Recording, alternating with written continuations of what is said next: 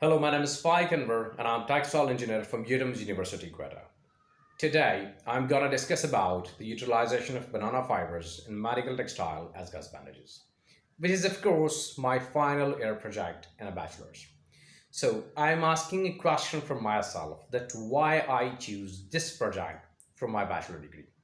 It's just because 58,000 tons of banana fibers are wasted in all over the world per year.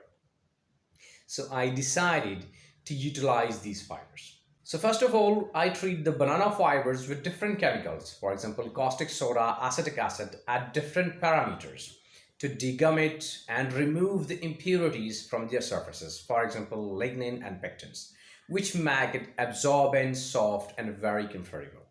After this, the treated fibers go through in a Shirley analyzer machine to make a non-woven web from it, and it is used as gas bandages in medical textiles.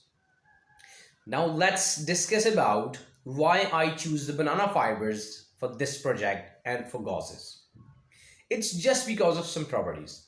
For example, the banana fibers has high absorbency, which is helpful in the process of to extract the pusses and impurities from the wound and injuries, and it has a high transformation also to the environment.